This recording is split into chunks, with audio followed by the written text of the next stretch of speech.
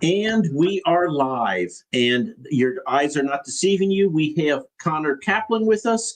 He made such poor choices last time, but he still is unrepentant, and he decided to come back to see us again. You remember this way back in episode 35.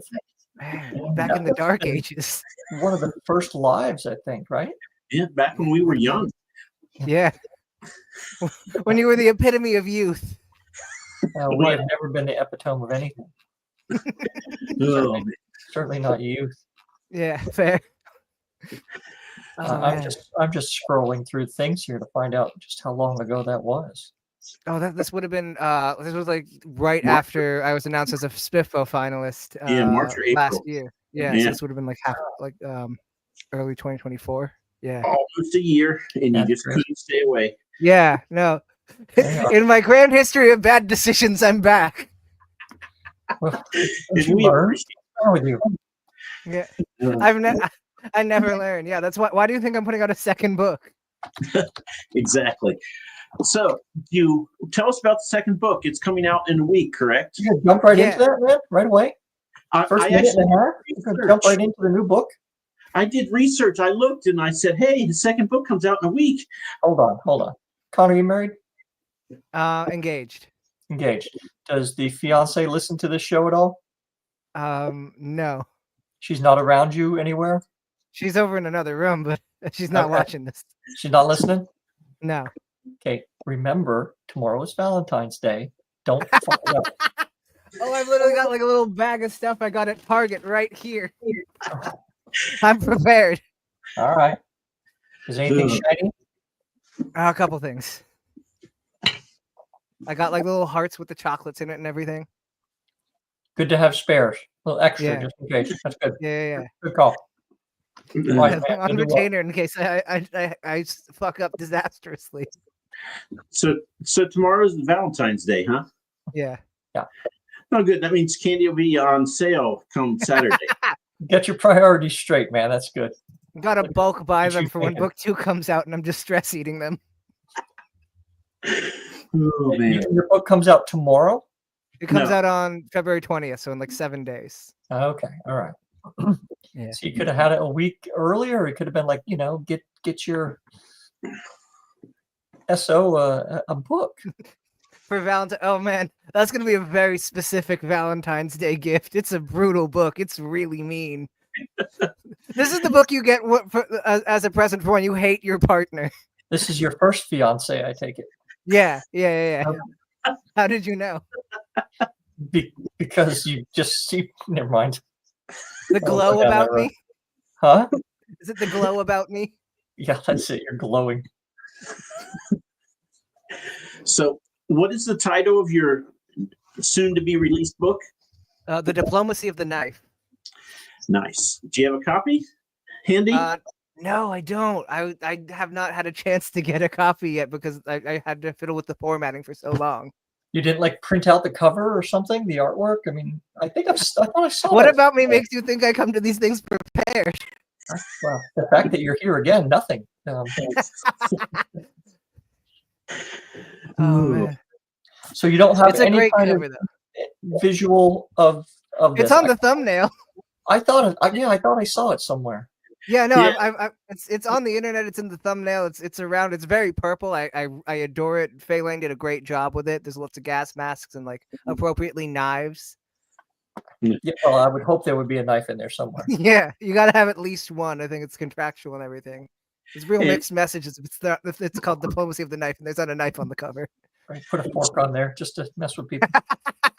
Really keep them on their toes. So what made you redo the first book's cover as well? Because the books match, the covers are the same theme. Yeah, I couldn't get the cover artist for book 1 back for book 2, and I thought that if the covers didn't match, I was just gonna get an ungodly amount of tweets about it, and I was like, I should probably save myself the trouble. The collective hours in a day I will have to spend reading those tweets will take years off my life. Did you sell so many of book 1 that you would actually have people sending you tweets about the covers? Oh, I had people. Great problem to have. Yeah, it's been a great problem. I've after I was a finalist last year, I had people reaching out to me so when is book 2, and I was like, oh, this is a new problem that I'm having. I didn't know that I was this big of an anticipated release.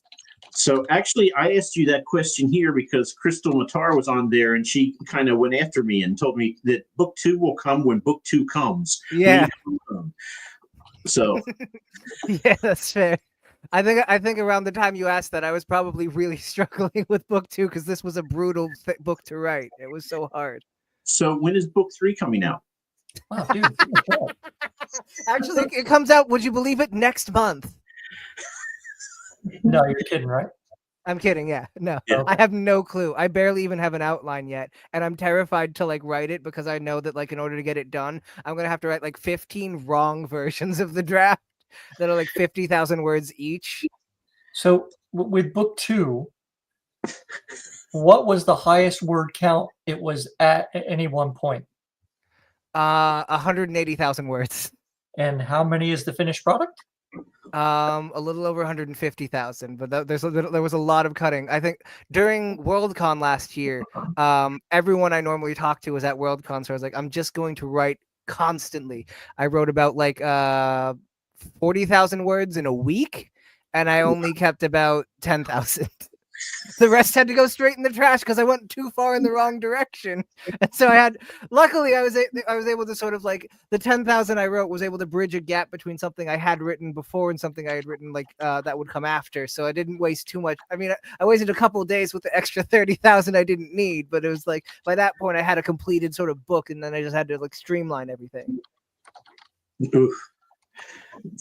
So, Connor, as I told you before, when I think about your writing process, I need therapy, and as a Gen X, this is my therapy. Yeah. I don't blame you. Have you considered at all, Connor, planning better? I outline. Here's the thing. Don't do a very good job of it. Yeah, I never said they were good outlines. I said I outline. So have you thought about just like, you know what, just don't bother outlining, because obviously if you're throwing away as many words as some people write books, maybe just give pantsing a try, just for SSNG. See how it goes. I didn't finish anything for 8 years when I tried pantsing, and it was like brutal because like I would get 30,000 words in and then immediately lose interest, and then I'd be like, ooh, shiny, and I'd go write something else.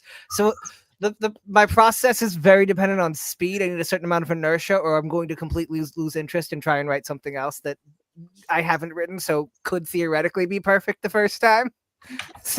So I end up like writing like I'll write like the first sort of like I'll write like a Wikipedia summary of what I think the book is, and then I'll expand it to like a chapter by chapter outline, and then I'll write it. It'll take anywhere from 1 to 3 months to get that done, and by the end it's 30 to 50,000 words, and I'll probably keep like a quarter of that, and then I'll be like the rest is nothing. It's like checking like you know, like when you go to like the eye doctor and everything, they're switching the lenses and they're like, is this anything? Is this anything? It's like that. It's just switching lenses. Like maybe this scene will be something, or maybe I'll never see it again. I don't think you want to wait for a certain level of inertia. I think that's what you're actually trying to avoid. So, Connor, I have a question for your writing process. Yeah. When you don't follow your outline, which I used to, like 4 or 5 page outlines, and then I ended up not following it. So I just stopped. But is it because your characters say, no, I want to zig instead of zag? Or is it you get to the point you're like, you know what, this would be better than what I wrote. I'm just going to do. Is it you, or is it your characters who are leading you? I'm the problem. I'm the problem here. The characters are great. I can basically like get them around to doing sort of whatever's in the outline. The problem is when I have a moment where I'm like, this is actually the best example of how book 2 went. Summer of 2023, I thought I had it done. I thought I had it. There was one plot hole I had to sort of iron out, but I was like, oh, it's just a minor thing. I'll figure out how to address it in rewrites, because I've basically got this book done. I can get it out by early 2024. I'm doing great. This is phenomenal. And then I get to the end of it, and I'm like, okay, so how do I address this plot hole? Because if these characters, these antagonists are in this point in the book, and then it makes no sense that they wouldn't just do this thing that would totally fuck everyone up. And then I started thinking about it. And it's like, actually, it would be way more compelling if these antagonists did this thing that fucked everybody up completely. Hang on, wait a minute. I just wrote 30,000 words in the wrong direction. That wasn't a plot hole. That was the plot. That's the thing that needed to happen. I have to go rewrite everything now. Oh God. So I need to get better at like trusting my instincts of like if that little wrinkle happens, I need to identify it sooner and be like, all right, so what should happen here? Is my subconscious kind of trying to tell me something, and I should not ignore it because the characters seem to have a good idea of how things should go, and I'm not great at like listening to them and abandoning the outline and going in a different direction. So the next time you tell yourself, "I'll just get it in rewrites," you need to use that as your warning. Yeah. And say, okay, no, I need to stop and do this Right. now. Yeah. The problem I encounter is that like the only way to really know if a scene is going to be right for this book or if I need to go back and try again is to write it. I can never figure out if it's theoretical. I have to go like about at least 10,000 words in the wrong direction to realize I've taken a wrong turn. And apparently I'm not good at asking for directions. Okay. So, Connor, I have a question for you. Yeah. And so far, none of your Spiffbo 9 finalists have shown up in the chat. So, as far as we know, we're all. How dare they? We're I all will remember this showing up like. in the chat. So, Where'd everybody go? what I want to ask you is, of the other Spiffbo 9 finalists, who wrote your favorite book out of those 9 people? Oh man. Oh, this is an evil question. It really is. That's not very nice. You came back on. It's your own fault. Yeah, no, that's fair. Oh man. I mean, this might be easy because so far I think I'm gonna get in trouble if I actually have read a second finalist that I forgot about. But I think so far the only one I've read is Clayton, so I think I have to go with his by default. But honestly, I feel like going by default is a bad look to be like, well, I guess it's this, but no, because it's a really good book. It's genuinely phenomenal. It's genuinely like it's a brutal, mean book, and Yes. I really identify with brutal, mean books. So I read that in his ending. I was like, huh, he really went there. yeah. Huh. I really admire it. Clayton has a phenomenal ability to really go into the place that's like really uncomfortable and dark, but when you read it, it's like, oh, that makes sense. I see why that happened. Yeah, I mean, it made complete sense, but I was like, he really did it. I guess there's not a sequel. I tried to take on that sort of thing for book 2 when I was writing it, where it's like, what's the meanest thing I could do? What would Clayton Snyder do in this situation? And I tried to follow that about as well as I could. Oh man. So this is book 2 of how many? 3. I should really redo the series title because the series title is 4 of Mercies, which has led a lot of people into thinking it will be a quartet. I really should do like amend it to like the 4 of Mercies trilogy or something, so everyone knows there should be 3. Unless book 3 ends up being like 200,000 words and actually stays that way this time, at which point like I will probably be able to sort of split it in half. Thus far, I think you could get 4 books. I could maybe. It's possible. I wouldn't want to make predictions because I barely have 1 page right now. Otherwise, you have to go back and you have to redo all this stuff again, and that's just I finished the trilogy and it's like, damn it, I went in the wrong direction way back in book 1. I made the mistake of my first book of calling it the 30 Stone Saga, and people kept saying, "Are there going to be 30 books?" It's like, God, I freaking hope not. You know? Oh man. Oh, that would be rough. You said 30 putting stone. I numbers immediately per went to title. wait. Like that sounds like a very heavy book. You're going through the British definition. Well, yeah. That's 30 times 14, and that's heavy. Man. I thought stones were 20 pounds. So what's this about? You've already been on somebody else's show today. What the hell's up with that? Oh no, I recorded this yesterday. I would never cheat on you guys, I swear. Yeah. I'm not feeling it, man. I recorded a thing with Ven earlier today, and it was not earlier today, yesterday, and then it went live today. It went live today, and then I didn't get a chance to see it because I was out at Target getting the stuff I mentioned earlier. There may be people right now listening to your other interview and then seeing that you're on this interview and being really confused. Yes. They think I'm just going from interview to interview constantly. Yeah. I mean, I must be fucking famous. With how much I'm firing off at all cylinders most times, I feel like I could probably handle that. Just have a second thing over here, a second laptop over here that I'm switching to real quick. So have you quit your day job yet? I ain't got one. Perfect. That's where you say yes. Yeah. I'm a house husband here. My job is basically to make sure she's comfortable until she realizes she's got the raw end of the steel. Dude, that's the job for the rest of your life. Yeah. You know that, right? Oh yeah, I'm well aware. Does your second book come out on Audible? And for the folks watching, his Audible is going across the bottom of the screen now, so you can pick up his first book at least on Audible. Is the second one going to be ready right away, or is there going to be a delay in that? Not in the foreseeable future. I need to actually figure out how I'm going to pay for that, and I don't know how I'm going to do that yet. And I have to. Well, if everybody goes out and buys the Audible version of your first book, it will help you pay for the second. Right? Yeah, exactly. I need to sell a ton of copies. I need you all to go out and buy it so that I can do an audiobook, and then that's how we'll manage it. Yeah, exactly. Well, I like what the way did you do think. with your Spiffbo winnings? And there's your there's spend it all on drugs and booze. Actually, I lived like a rock star for like 3 months, and then I'm like, oh no, I'm broke. Wasn't it just like you get like a coin or something, right? Yeah, I did get a coin. Yeah. And then a lot more. Oh man, I imagine that coin can be pawned for several $1,000s. It's a very valuable coin. It's all in the marketing, man. Yeah, exactly. So refresh us. What was your first book about? It's so many different genres. That's not a good sales pitch, man. Yeah, it's science fantasy, steampunk, post-apocalyptic, with like quadruplet royals, having a sort of navigating a brewing civil war because due to the fact that they're quadruplets, the succession is sort of very murky. And then it's told from the point of view of the youngest, who ran away at age 18, and they're now 23. His dad has died, and all the siblings want him to pick their side in the sort of power struggle that has ensued. Why do they care what the youngest one thinks? Nobody ever cares what the youngest one thinks. Listen, the dividing line between who's the youngest when they're quadruplets, speaking from experience, it's razor thin. Sorry. That's right, because we were calling you Boomer last year when you interviewed with us, and you were afraid your brother would see this and start calling you that. I forgot about that, yeah. Luckily, he hasn't seen it in the intervening time. Well, hopefully he's watching tonight.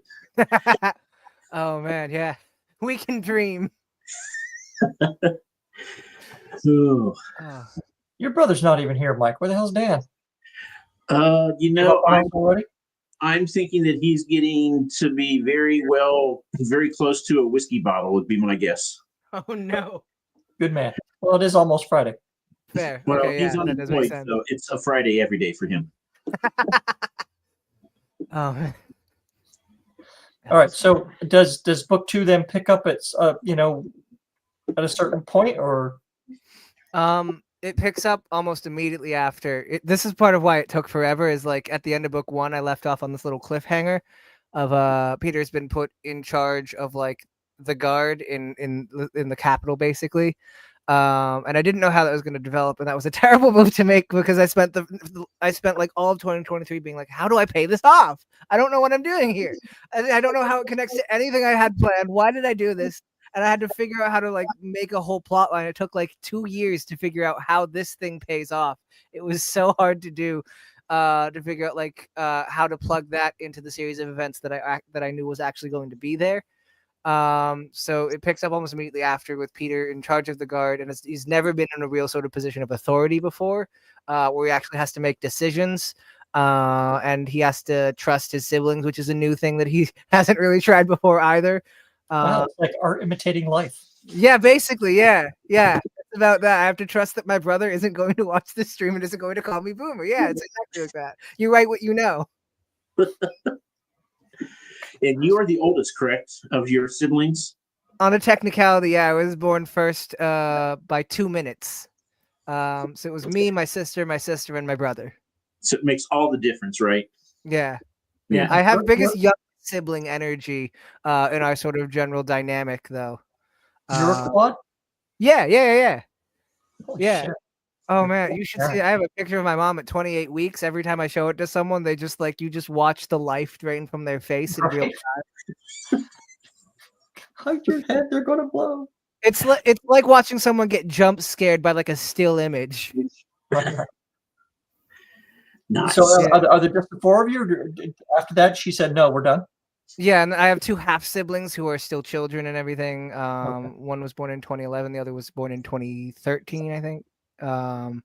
But like of my mom stopped at 4, which is I would have a hard time blaming her for that. That's especially really, when they're all at once like that. I mean, yeah, exactly. But dollar cost averaging, she made the most of her hospital stay. So You know what the crazy thing is?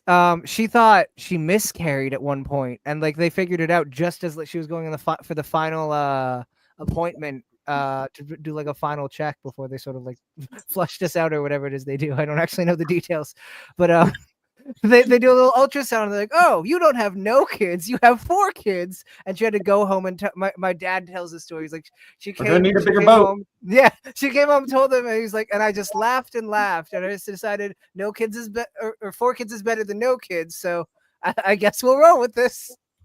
Wow, can't even imagine that. Yeah, I Being know that it close was to being, getting, you got the room all ready, and you got the car seat, right. and Yeah, all that, and then it's that's like, oh, like we need emotionally turbulent sort of 3 more of time. everything. Yeah, yeah, it's crazy. I don't know how they got through it. So if you were first, you probably had the benefit of them having the time to choose a name. What is the youngest's name? Youngest is Ben. But they had all the names ready to go before we got there. Although we didn't know we were going to be born premature, so they didn't know if we were going to be boys or girls. So they had a boy name and a girl name for each of us ready to go. I was actually supposed to be named Atticus, and then my sister Rachel was supposed to be Connor. But then Rachel came out a girl, so so they went with her as Rachel, and they went with me as Connor. You didn't use Atticus as a pen name? I almost did. I came real close to it. But I was like, someone's gonna call me Atticus at like an author event, and I'm gonna have no idea who they're talking about or something like that. Yeah, with a name like that, you get pretty used to it. Fair, honestly. There's not many Atticuses roaming around. Although there's a shortage of Connors as well. So either way, I figured I had something going for you. I like the alliteration as well. Yeah. You could be a DC villain. Yeah, exactly. Or a Marvel hero. Stanley was always fond of that. Oh man, I figured no one else probably writing sci-fi can claim being a quadruplet, so I really got to corner the market and write about it. Yeah, good call. Yeah, I mean, you put something in the forward or whatever, saying from my own experiences. Basically. 4. Yeah, basically, yeah. It's about that. Nice. Okay, Connor, I have a ridiculous question to ask about Peter. Yeah. So here's a scenario. You and Peter walk into a Walmart. Mm-hmm. You turn to go get the basket, and when you turn around, Peter is gone. Where has he gone, and what is he doing? Oh, man. Oh, that's a good question. He went to Target. He went to the gun section. Yeah. That was going to be my first answer, either that or the booze. Either that, or it's possible he started chatting up like a random woman. That's also possible. You just see someone hot in the checkout. He's just like, oh, hello. All right. Or a dude. Honestly, he swings both ways. He's not going to discriminate. He's definitely going to Target. Yeah, that's true. I've never done a survey. I'm pretty sure there's an overlap. Well, we've learned something new tonight, Mike. Yeah, we did. Apparently. Yeah. It's bisexuals and just millennial women who say they're not going to buy anything, then go in and they come out with more stuff than they should. Yep. Excellent. So, what did you leave book 2 with? Did you go with cliffhanger again, or did you try to leave book 2 with a little bit more, so you didn't have to agonize over book 3 as much? I went with the meanest cliffhanger I will ever do in my entire life. Oh, So come on, you learned now. nothing. Still. I can't. It's gonna be as mean if you know what happens. Basically the process of this book is being like I end book 1 with this glimmer of hope, and then in book 2 I systematically sort of take all of it away piece by piece over over over like the three sort of parts that structure this book. There's just a new sort of a new glimmer of hope that they could potentially turn this around. That sort of gets systematically removed. So you learn nothing from this, and you ended on another. Yeah, basically, yeah. Again, what about me makes you think I learned my lessons? So 2 months from now, you're going to be sitting at your computer going, "Damn, I don't know what to do." I'm already there. I'm there right now. I was sitting there this morning, like, what the? How do I turn this around? I don't know where things go from here. Why didn't I leave off on like a nice little bow? Where are you calling from, Connor? Massachusetts. Okay, that's right. Yeah. Well, your sibs still live up there? Yeah. We're all scattered around sort of Massachusetts. And there's and it's hard to get to each other over the winter, especially because the roads are so terrible. Yeah, well, but I mean, at least they know how to plow up there, right? That's like theoretically, yeah. Where they're spreading some damn solvent or something on the roads before it snows. What the hell that's about? Hey, I wouldn't put it past the MBTA to do something like that. You know what's nice about Virginia is that I got 6 hours off on Tuesday and 2 hour delay on Wednesday, and it did nothing but rain at my house. Yeah. They do that Oh, too. you were They living the university green. here for 2 days. I'm having to wake up at like 6 a.m. Because my fiance needs to get to work, and it's illegal to drive with snow on top of your car, so I have to just sort of shovel it all off with a giant broom. It's the worst. Oh no, in Virginia you just drive fast and just let it all land on right into the car behind you where you blind them and smash into Yeah, exactly. It's their problem now. Say what you want about people from Massachusetts and New England in general, but we can drive in the snow. Yeah, you're right. Yeah. But where else can you get off for snow days and hurricane days other than Virginia? Yeah. That's true, yeah. I lived in California for like a full year, from like 2022 to 2023, and it was like I came back here and then like right in the summer, so there was an extra sort of like few months, and then the winter hit, and I was like, oh, I forgot. I was like the early New England colonists in Jamestown and everything, just sort of huddling in for a long winter. It was brutal. I was like, I forgot how horrible this can be. I forgot how it feels to step outside and breathe in and the air hurts your lungs. Wow, this is terrible. Why did I leave California? That was pretty nice. Every time I kind of start thinking I want to move back north, I open my phone app. Yeah. And see that it's like, oh yeah, it's cold as hell up there. Yeah, our heating broke a few weeks ago, and it was just like we'd walk into like we had it working on one side of the house but not another, and I just walk into like the side where it wasn't working, and it was just like stepping into a walk-in freezer. Like I could put my groceries down here and nothing would change, nothing would spoil. It would just immediately. But people don't think about that, right? So like if down here you're going out somewhere and you're going grocery shopping, let's say, and you do your grocery shopping, you have to go home right away. Yeah. But up there, it's like, well, leave the bed in the trunk. It's going to be fine. Yeah. That it'll be all right. I had a thing that like in 2017, I noticed that if I left the coffee I brewed in the morning sitting on a windowsill for a couple hours, suddenly it was like cold as if I'd left it in the fridge. And so I was like, that's basically like that is a New England iced coffee right there. You don't even need to put any ice in it. You just leave it on the windowsill for like an hour, and then suddenly you're good to go. That's why people had like pantries and stuff in rooms that were like in outside walls. Yeah, in Massachusetts, just doing this naturally several months ago.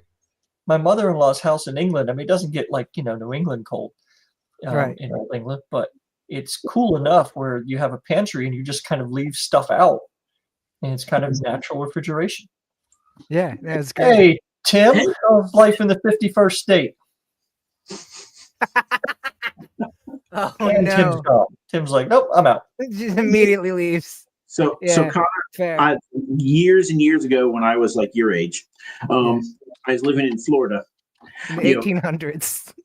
Just north of the Gulf of America. In Tallahassee. Right. And it was January, February, something like that. And I just happened to see that, they had a lake effect snow in Columbus, Ohio. And my oldest brother lived there. So I'm like, So I just called him up like, hey, Tim, how's it going? How's everything? He's like, oh, my God, lake effect snow. And we just moved to this house. We found out the snowdrift is our front yard. I've done the driveway 3 times now, and it just keeps coming back. He goes, what have you been doing? He's like, oh, I just got done playing beach volleyball. And he's like, I hate you. He's like, I hate you. I still hate you for that. Yeah, no, you said that, and immediately I felt a seething rage sort of in the pit of my stomach of like, oh wow, I'm looking out the window and I'm just seeing a mound of snow, and I'm just like, what I wouldn't give to be playing volleyball right now. Oh man, you on Eastern Mass or Western? Right smack dab in the middle. Oh right, okay, that's kind of it's around the Worcester area, basically. Oh right. Okay. Yeah. That's spelled Worcester for anybody who's. Yeah. Oh yeah. I fucked that up in college one time with a girl from Worcester, and I almost blew my chances with her completely. She was going to let your pronunciation of Worcester get in the way. Listen, she didn't know me that well at the time. This was when I was making my introduction. She's like, already, this is a red flag. She's looking for reasons. All right. Yeah, exactly. Yeah, you get it. So, book 3 you're writing now? Yeah. I have a rough idea of how things are going to go, but I don't have a concrete outline yet. Oh, okay. Mm-hmm. We should take a poll on how many words you will write, how many words it will be, and how many words will get thrown away. Honestly, you could say how many tens of thousands, and you probably have a good sort of metric. Right. I mean, do you ever sit down to start one of these books and say, I am not going to throw away more than X amount of words this time? No, because it's completely unpredictable. I don't know how it's gonna go until I try to write it. Because everything works in theory, but then I write it and I'm like, this sucks. This is the worst. I can't. I'm trying to get better at identifying when that's happening, so I can like cut it then, and then just they don't have to go so far in the wrong direction. Hopefully I get better about that with this one. Well, I tell you that as an editor who charges by the word, I would love to have you, as a client. The editing industry is basically propped up solely by me alone. So, Connor, I have another question. There's only one right answer, and Ro always gets it wrong. So which is cooler in your mind?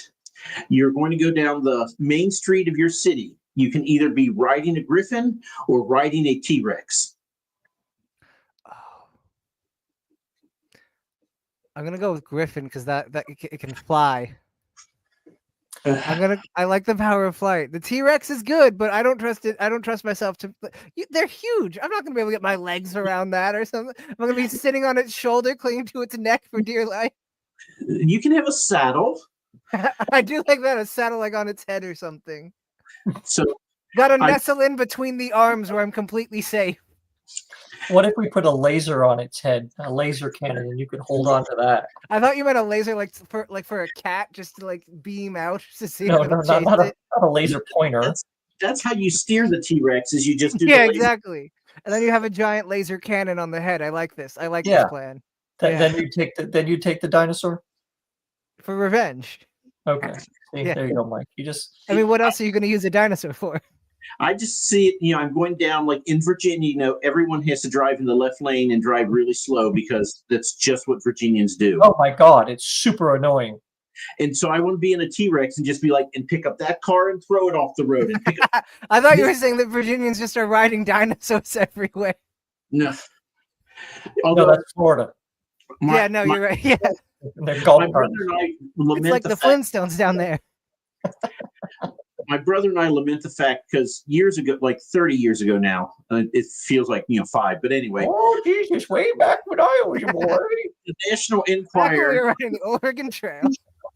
The National Enquirer had that there were Nazis riding T-Rexes, and they were going to come back and start World War III.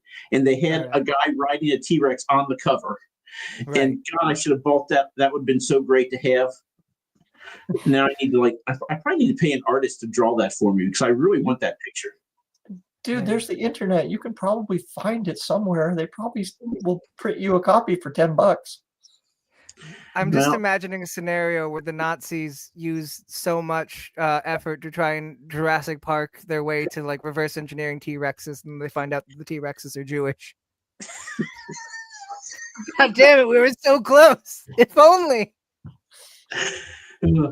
Sorry, The we T-Rex will. a little yarmulke or something.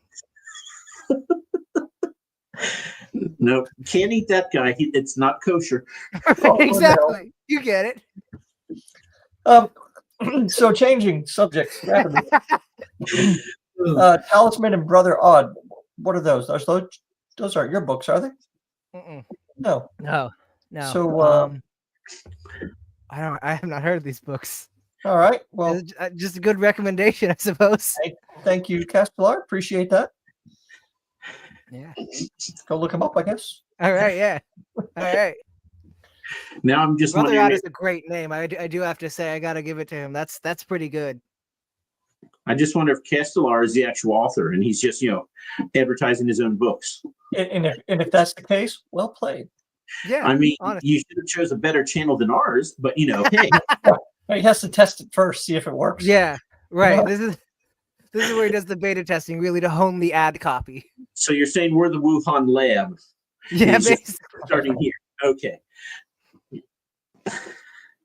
And now we have classy people joining us.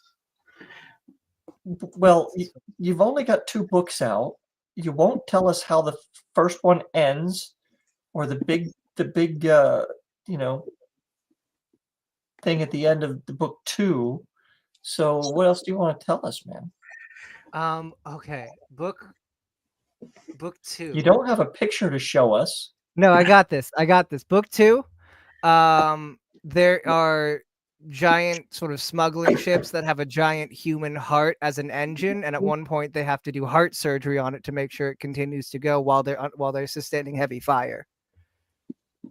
Okay. What the fuck did you just say? They have a giant smuggling ship that has a massive human heart as its engine, and at one point they have to perform heart surgery on it to make sure that it can get them out of there while they have a ship chasing them, sustaining heavy fire. Oh, Yeah. You know that old trick. Marijuana is legal in Massachusetts. You know what? I only started taking edibles after I finished book 2. Would you believe that? Now, I think you definitely took them when you thought that up. Oh, this was all benzos. Oh. So, Ro, are we ready for the Bald Doom? Well, what the hell? Okay. All right. So, Let me get my potion list. All right. we want to know more about Peter, but we don't want Right. you to give away spoilers. All right. I got Because, you. you're not going to give away spoilers no matter how much we press you. So therefore, I'm going to roll a bunch of dice.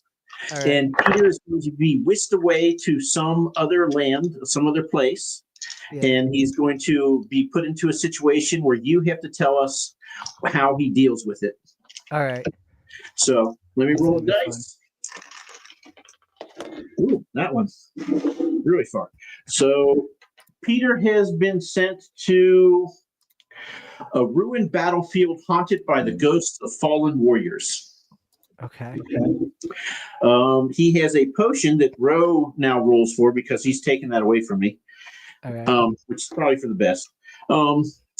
Now, he gets a choice. He can either have a regular item or he can have a weapon. If he gets a regular item, he will face a regular animal. If he gets a weapon, he will face a fantasy creature.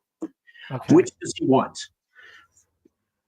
It's gonna go with a regular item. Okay, so That's he gets, boring. number 5, he gets a blacksmith's tongs. Okay, he can work with that. He could have got a poleaxe, but no, he gets blacksmith tongs.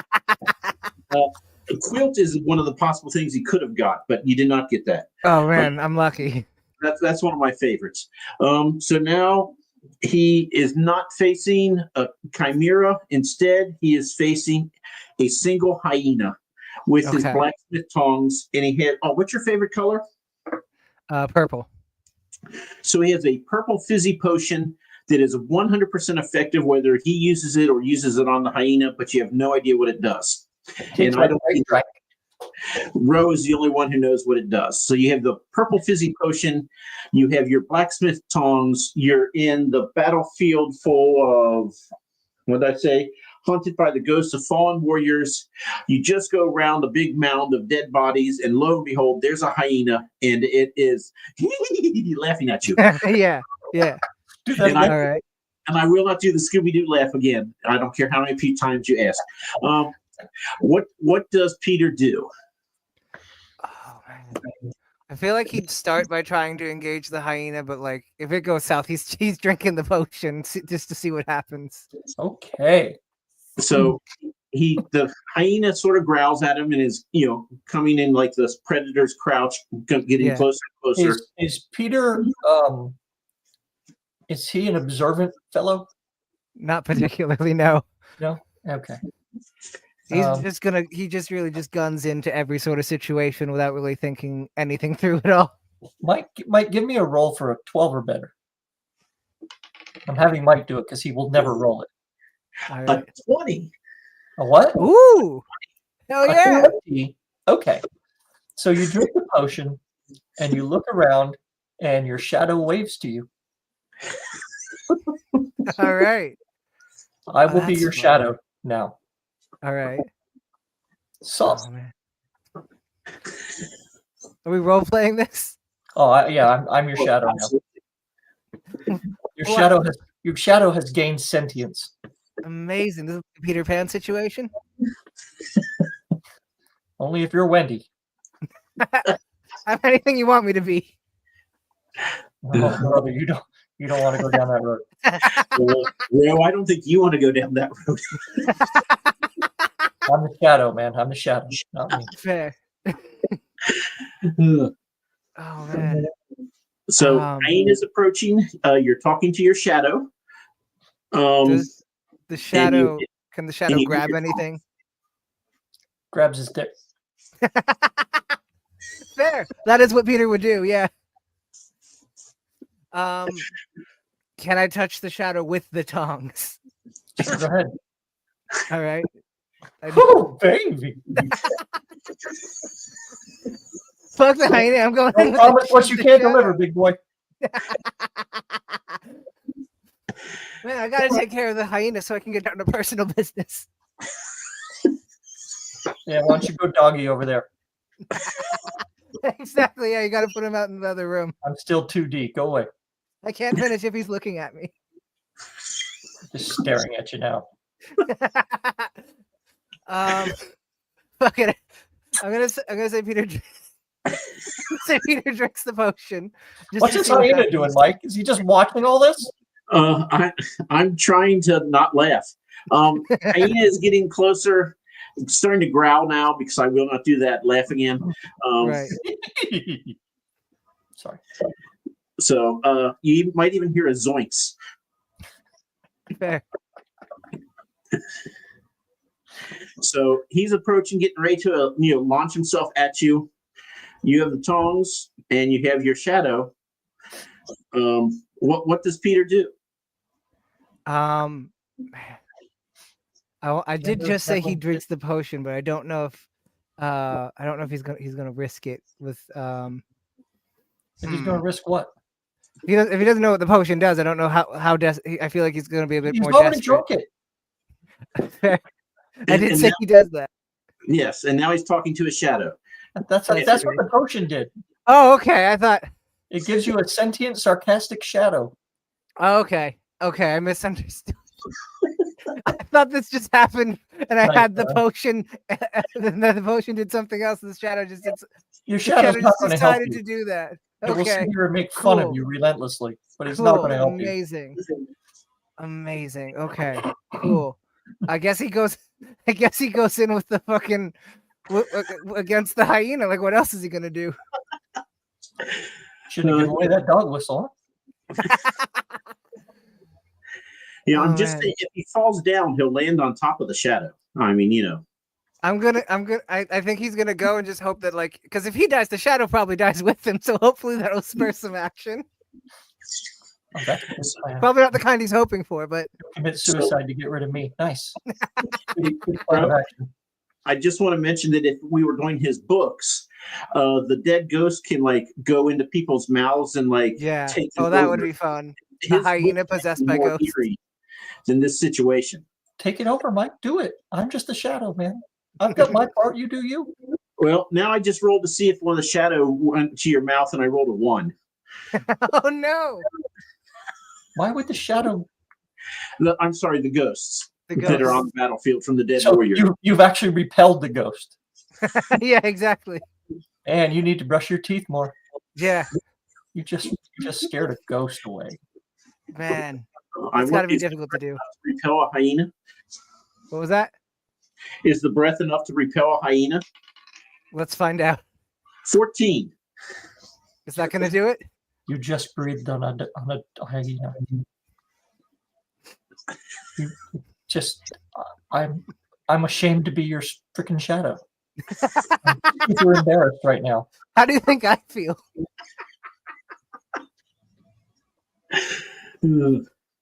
So, and we'll bring this back up. Aaron. He's into breath play. That hyena has to be attacking, right? Or either that, or he's For sure. just enjoying the show. I don't know. The hyena's furiously masturbating. The hyena lunges after you, and I rolled a 6 for the hyena, so he steps on your foot. All right, yeah. Oh man, Peter would try to ride the hyena. Ooh. Well, I was going to give you a bonus for creativity, but I still rolled a 2. Oh no, he's A fucked. billion people in this And world, not in and the I'm a fun shadow to a moron. So you've now tripped over top the hyena, and you're laying on your stomach as it's turning to look at you. And your shadow's still standing over you, just looking at you, shaking his head. You're going to get Roger to death by a rabid dog. There are worse ways to die, honestly. At least I'm in good company. Ooh. Okay, so let's see. Now, oh, man. Now I rolled a 19. So you were able to recover and miss as it tries to pounce on top of you. You're able to roll out of the way and get back to your feet. You still somehow have your tongs, and the hyenas just missed you. What do you do now? Am I allowed to like look around at these ghosts? Sure. All right, cool. I'll do that. Okay. Are you going to try to enlist their help or get the hyena Yeah. to swallow some or what? Yeah, let's go with that. Yeah. Well, now I rolled a 19. Normally I don't break 10 when I roll these. So now one of the ghosts has run into the hyena's mouth, and you have a warrior now infecting the hyena. I don't know if this makes it better or not. I mean, it's gonna make it pretty schizophrenic or something like that, probably. Oh no, where'd he go? We We had lost. enough of this.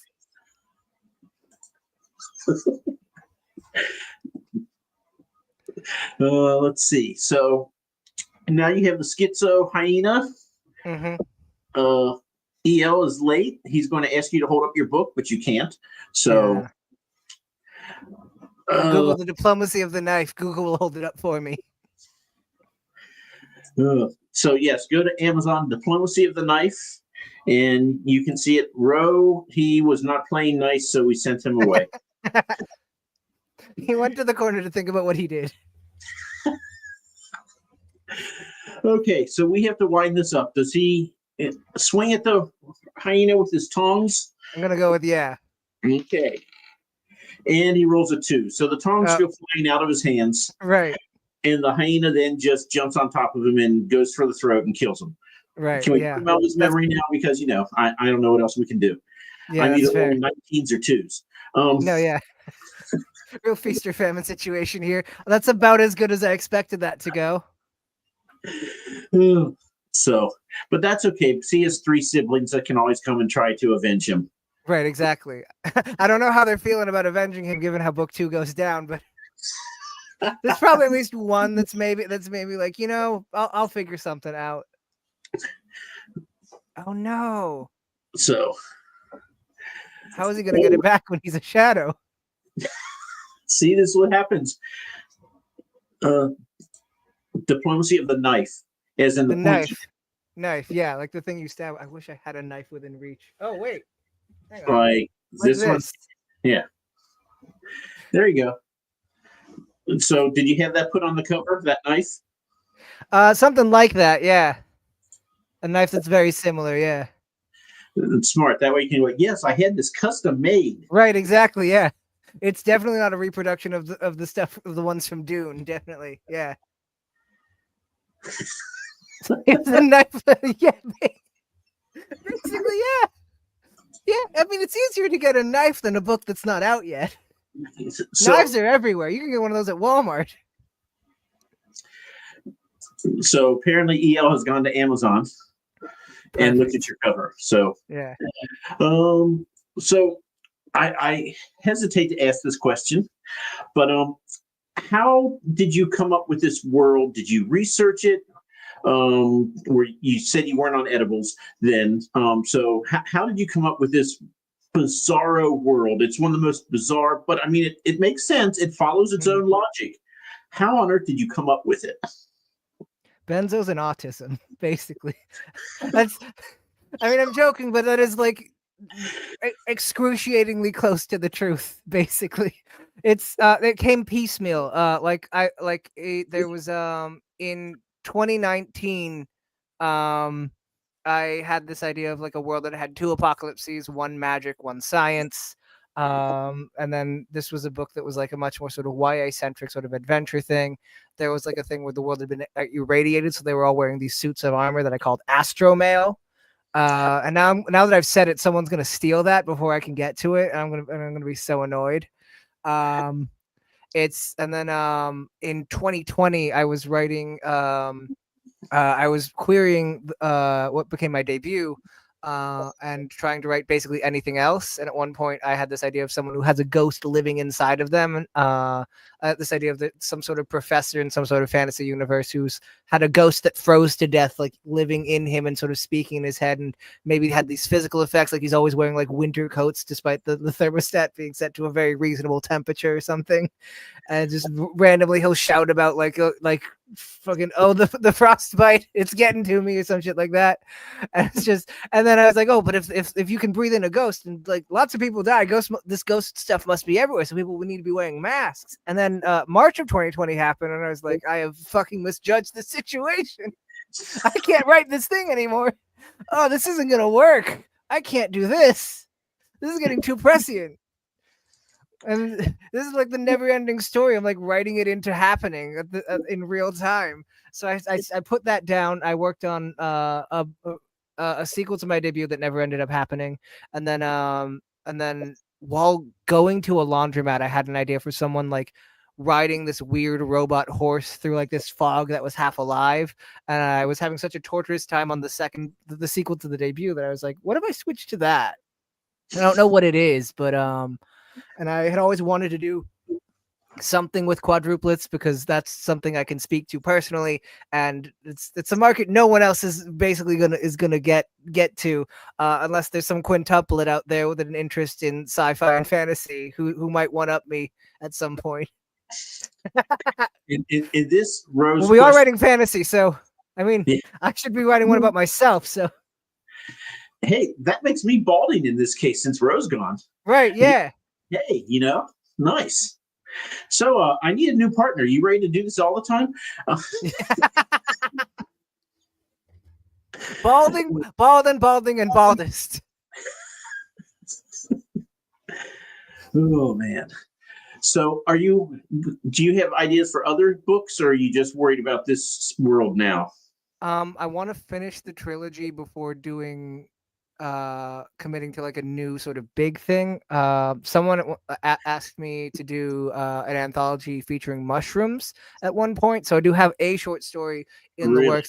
I don't know what was that. Who could that have been that asked you to do an anthology with mushrooms? Could be anybody. Huh. It could be anyone. Yeah. Uh-huh. Sure. The person you're thinking of is not as involved as you might suspect. Really? Yeah. Wow. Not as involved as you might suspect, but is the similar circles. but like I ended up writing. I don't know if this will turn into anything because I've said that I'm writing something that's unrelated to this world, and then every other time I predicted it, it just fails catastrophically. So I could be cursing myself by talking about this, but I do have this idea of an interdimensional mushroom wizard that has a coat that's made of mycelium that like digs into his skin and gives him weird mushroom powers that allows him to access a mycelium network that knits all of reality together. Okay. Yeah.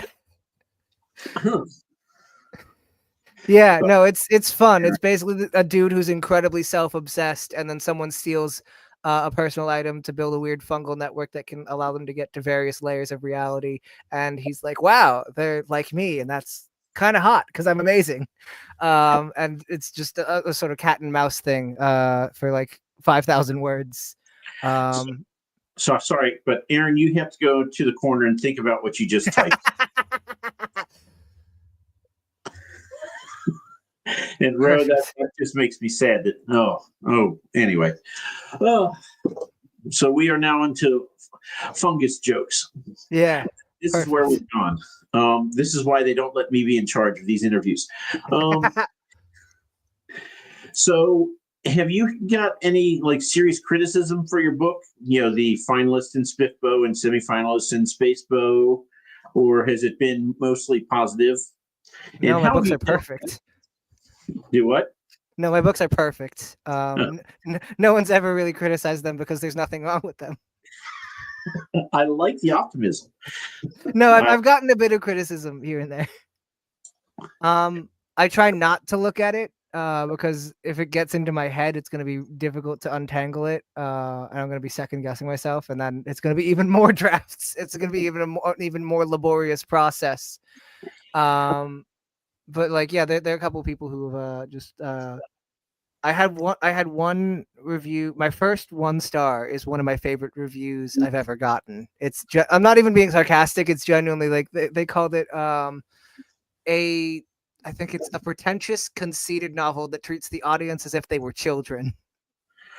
Okay, I don't know where they got that from, having read your book, but yeah, exactly. Yeah. Okay, then. I have not actually got a 1-star review yet. I've got a couple ratings, but no one's actually been so incensed as to write up exactly why my book was the worst thing they've ever read. I'm still waiting on that. Can't wait. I'll get right on it.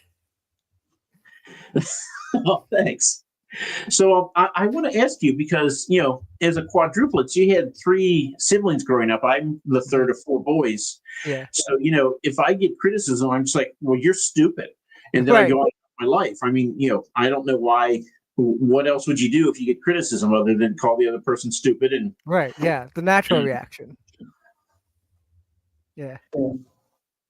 Oh, Air's got a DNF review in December. Well, that is their own stupid. Well, they're talk. Stupid. Yeah. Yeah. Right. Air's is one of my 3 favorite books from last year that I read, and the 3 books I absolutely loved them, and none of them are like in my wheelhouse. None of them are what I was expecting, and Airs was one of those that just blew my socks off. And EL has to write because it's a collection of short stories, and there's several of those. I'm like, I need to know how this ends. That's just the start of the story. So he has to get on the stick and write that for me because I need to know. Hell yeah. I like that. But you were saying something about like me being a quadruplet and that tying into criticism. I mean, you have siblings, so you just call them stupid and move on with your life, right? Oh yeah. Obviously, yeah.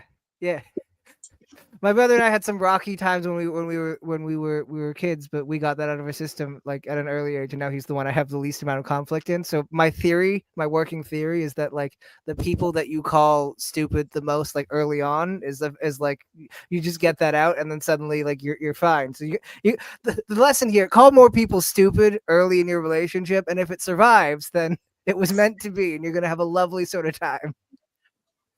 A lesson we can all enjoy in these trying times. And so here's Cena, and I think it has something to do with the horse on the cover. Yeah. But it was a very good book. So it could, you know, it could be something other than just the horse on the cover because, you know, Cena and her horses. And EL has expectations that you're going to have to live up to or else. Oh, it will. It will live up to that. Not to be arrogant, but It may be soul crushing at the end, but it. yeah, it's gonna be very mean. Bill me for therapy. Don't actually. I don't have that kind of money. I don't have Stephen King levels. Not yet. Right. This is what I do instead of therapy. Right. Yeah. The people you don't like, you just end up, making them villains and you kill them off. Right. Exactly. Yeah. You get it. Yeah. You know.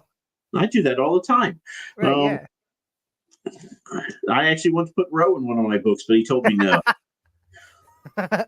But You got to EL put him in as someone's shadow. That's the secret. there. EL is in my book. He's a lovesick captain of a spaceship. Oh, that's a great role. I love that.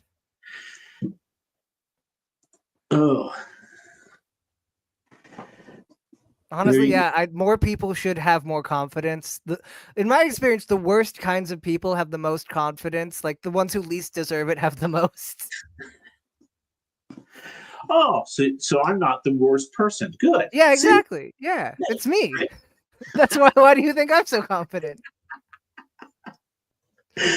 Ooh. Okay, so book 2 is coming out next week.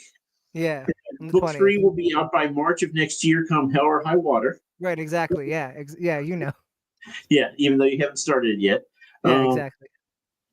Let's see. And then you're not going to have book 4 in this trilogy. It's just going to be 3 books in the trilogy, right? Unless something unforeseen happens. There might be some sort of like last minute thing where it's like, oh, actually it was 4 the whole time. But barring that, it should be 3.